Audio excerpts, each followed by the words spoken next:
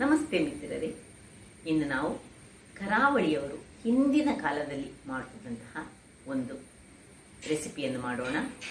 ಇದನ್ನು ಹೆಚ್ಚಾಗಿ ಕಟ್ಟಾದ ಅಕ್ಕಿ ಅಂದರೆ ನಾವು ತುಳುವಲ್ಲದಕ್ಕೆ ನಿಂಗಲ್ ಅಂತ ಹೇಳ್ತೇವೆ, ಅದನ್ನು ಉಪಯೋಗಿಸಿ ಹಿರಿಯರು ಮಾಡ್ತಿದ್ರು. ಅಂದರೆ ಇಡೀ ಅಕ್ಕಿಯನ್ನು ಅನ್ನಕ್ಕೆ ಉಪಯೋಗಿಸಿ ಉಳಿದಂತಹ ಈ ಕಟ್ಟಾದ ಅಕ್ಕಿಯನ್ನು ಹೆಚ್ಚಾಗಿ ಹಳ್ಳಿಗಳಲ್ಲಿ ಇದನ್ನು ಮಾಡ್ತಿದ್ರು. ಹಾಗಾದರೆ ಈ ರುಚಿಕರವಾದ ನುಚ್ಚು ಹೇಗೆ ಮಾಡುವುದು, ಏನೆಲ್ಲ ಸಾಮಗ್ರಿಗಳು ಬೇಕು ಎಂದು ನೋಡೋಣ ಅಲ್ಲವೇ? ವೀಕ್ಷಕರೇ, ಇಲ್ಲಿ ನೋಡಿ, ಇವತ್ತು ನಾವು 5 ನಿಮಿಷದಲ್ಲಿ ಆಗುವಂತಹ ಒಂದು ಸುಲಭದ ಕರಾವಳಿ ಶೈಲಿಯ ನುಚ್ಚಿ ಅಂತ ನಾವು ಕರಿತೇವೆ, ಅದನ್ನು ನುಚ್ಚು ಅಂತ ಸಹ ಕರಿತೇವೆ. ಅದನ್ನು ಮಾಡೋಣ. ನೋಡಿ, ಇಲ್ಲಿ 1 ಗ್ಲಾಸ್ನಲ್ಲಿ ನಾನು ಈ ಬೆಳ್ತಿಗೆ ಅಕ್ಕಿ ತೆಗೆದುಕೊಂಡಿದ್ದೇನೆ. ಯಾವ ಅಕ್ಕಿ ಸಹ ತೆಗೆದುಕೊಳ್ಬಹುದು. ಆ್ಯಕ್ಚುಲಿ ಹಿಂದಿನವರು ನಮ್ಮ ಹಿರಿಯರು ಏನು ಮಾಡ್ತಿದ್ದೆ ಹೇಳಿದರೆ, ನಿಂಗಲ್ ಅಂತ ಒಂದು ಸಿಕ್ತಿತ್ತು. ಅಂದರೆ ನಿಂಗಲ್ ಹೇಳಿದರೆ ಈ ಒಂದು ಅಕ್ಕಿಯನ್ನು ಇದು ಮಾಡುವಾಗ ಅದರದ್ದು ಕಟ್ಟಾದ ಅಕ್ಕಿ ಸಿಕ್ತಿತ್ತು, ಅದನ್ನು ನುಚ್ಚಾಗಿ ಮಾಡ್ತಿದ್ರು. ಈಗ ಅಂತ ಅಕ್ಕಿ ಬರೋದು ಸಹ ಇಲ್ಲ, ಸಿಗ್ತದೆ ಏನೋ ಗೊತ್ತಿಲ್ಲ, ಹಳ್ಳಿಗಳಲ್ಲಿ ಇರ್ಬೋದು.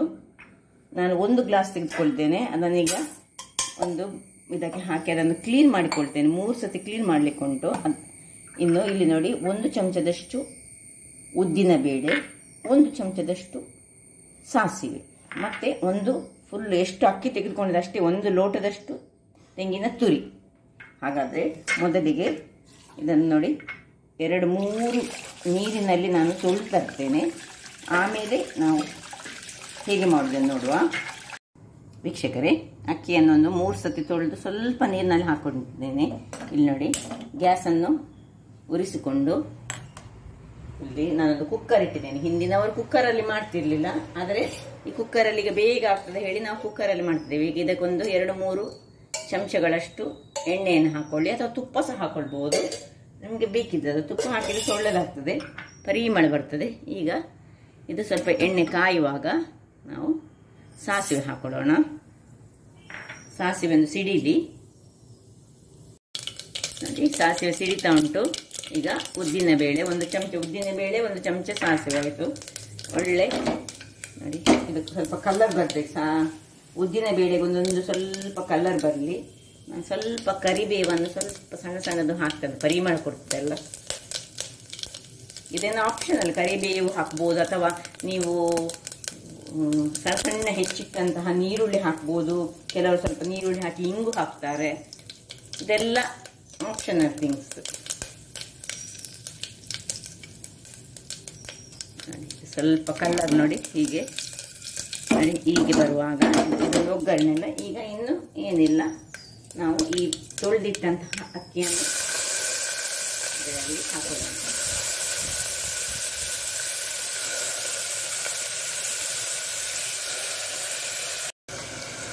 ಈಗ ನೋಡಿ, ನಾನು ಹೀಗೆ ತೆಗೆಸಿಕೊಳ್ಳಿ. ಇದು ಇಬ್ಬರಿಗೆ ಆಗುವಷ್ಟು ನಾನು ಮಾಡಿದ್ದು. 1 ಲೋಟ ಮಾತ್ರ ಮಾಡಿದ್ದೇನೆ. ಈ ಲೋಟದಲ್ಲಿ 1 ಲೋಟ ಹಾಕಿದ್ದು ನಾನು. ಈಗ ಇನ್ನು ಒಳ್ಳೆ ತೆಂಗಿನ ತುರಿ ನಾವು ಫುಲ್ ಎಷ್ಟು 1 ಲೋಟದಷ್ಟೇ ತೆಗೆದುಕೊಂಡಿದ್ದೇನೆ. ತುಂಬ ಟೇಸ್ಟ್ ಆಗ್ತದೆ, ತುಂಬ ತೆಂಗಿನಕಾಯಿ ಹಾಕಿದರೆ. ಅದೇ ನೋಡಿ, ಈಗಲೇ ಪರಿಮಳ ಬರ್ತದೆ ಅದರದ್ದು. ಇನ್ನು ಇದಕ್ಕೆ ಸ್ವಲ್ಪ ಉಪ್ಪನ್ನು ಹಾಕೊಳ್ಳೋಣ.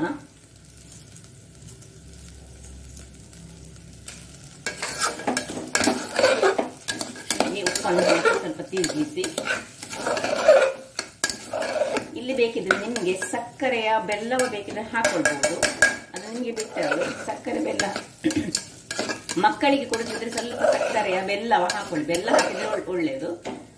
ಈಗ ಎಷ್ಟು ನಾವು ತೆಗೆದುಕೊಂಡಿದ್ದೇವೆ ಅಷ್ಟು ಈ ಲೋಟದಲ್ಲಿ ತೆಗೆದುಕೊಂಡಿದ್ದೇನೆ ನಾನು. ಅದರದ್ದು 1 ಲೋಟ ಹೇಳಿದ್ರೆ 2 ಲೋಟಗಳಷ್ಟು ನೀರನ್ನು, ಬಿಸಿ ನೀರು ಸಹ ಹಾಕ್ಬೋದು, ತಣ್ಣೀರು ಸಹ. ಬಿಸಿ ನೀರು ಹಾಕಿದ್ರೆ ಬೇಗ ಆಗ್ತದೆ, ತಣ್ಣೀರು ಹಾಕಿದ್ರೆ ಸ್ವಲ್ಪ ಲೇಟ್ ಆಗ್ತದೆ. ನಾನು ಸ್ವಲ್ಪ ಬಿಸಿ ಮಾಡಿ ಇಟ್ಟುಕೊಂಡಿದ್ದೇನೆ ನೀರು. 1 ಲೋಟ ನೀರು ಹಾಕಿದೆ.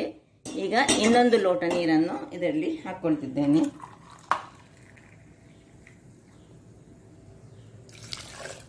ಸೊ 1:2. ಅದು ಹೇಗೂ ಬೆಳ್ತಿಕೆಗೆ ಹಾಗೆ ಅಲ್ಲ, ಅದು ನಿಂಗಲೆಲ್ಲ ಇದ್ರೆ ಅದು ಭಾರಿ ಒಳ್ಳೆ. ನಿಂಗಲ್ ಹೇಳಿದ್ರೆ ಕಟ್ಟಾಗಿರುವಂತಹ ಒಂದು ಈ ಅಕ್ಕಿಯನ್ನೇ ಕಟ್ಟಾಗಿರುವ ಅಕ್ಕಿ. ಅದು ಹಳ್ಳಿಗರಿಗೆ ಎಲ್ಲ ಗೊತ್ತುಂಟು.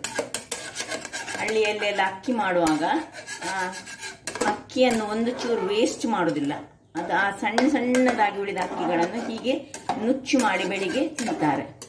ಈಗ ಇದನ್ನು 2 ಲೋಟಗಳಷ್ಟು ಆಯಿತು. ನಾನು ಬೆಲ್ಲ ಹಾಕ್ತಾ ಇಲ್ಲ, ಏನು ಹಾಕ್ತಾ ಇಲ್ಲ. ಈಗ ಇದನ್ನು ಮುಚ್ಚಳವನ್ನು ಮುಚ್ಚಿ ನಾವು ಒಂದು 2 ವಿಸಿಲ್ ತೆಗೆದುಕೊಳ್ಳೋಣ. ಈಗ ಅದರದ್ದು ವಿಸಿಲ್ಸ್ ಇಡ್ತೇನೆ.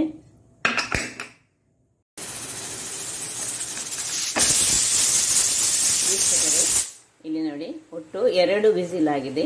ಈಗ ನಾನು ಇದನ್ನು ಆಫ್ ಮಾಡಿಕೊಳ್ತೇನೆ. ಆಮೇಲೆ ಇದನ್ನು ತಣ್ಣಗಾಗಲಿಕ್ಕೆ ಬಿಡ್ತೇನೆ. ಇಲ್ಲಿ ನೋಡಿ ವೀಕ್ಷಕರೇ, ಇದು ತಣ್ಣಗಾಗಿದೆ. ನೋಡ ಹೇಗೆ ಬಂದಿದೆ ನೋಡೋಣ. ಏನು ಸೂಪರ್ ಆಗಿ ಬಂದಿದೆ ನೋಡಿ, ಹೇಗೆ ಬಂದಿದೆ.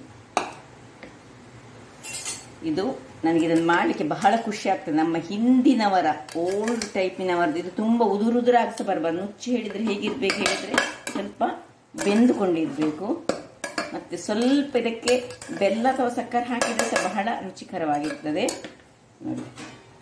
ಕೆಲವರು ಇದನ್ನು ಸ್ವಲ್ಪ ಕಡಿಮೆ ಬೇಯಿಸ್ತಾರೆ.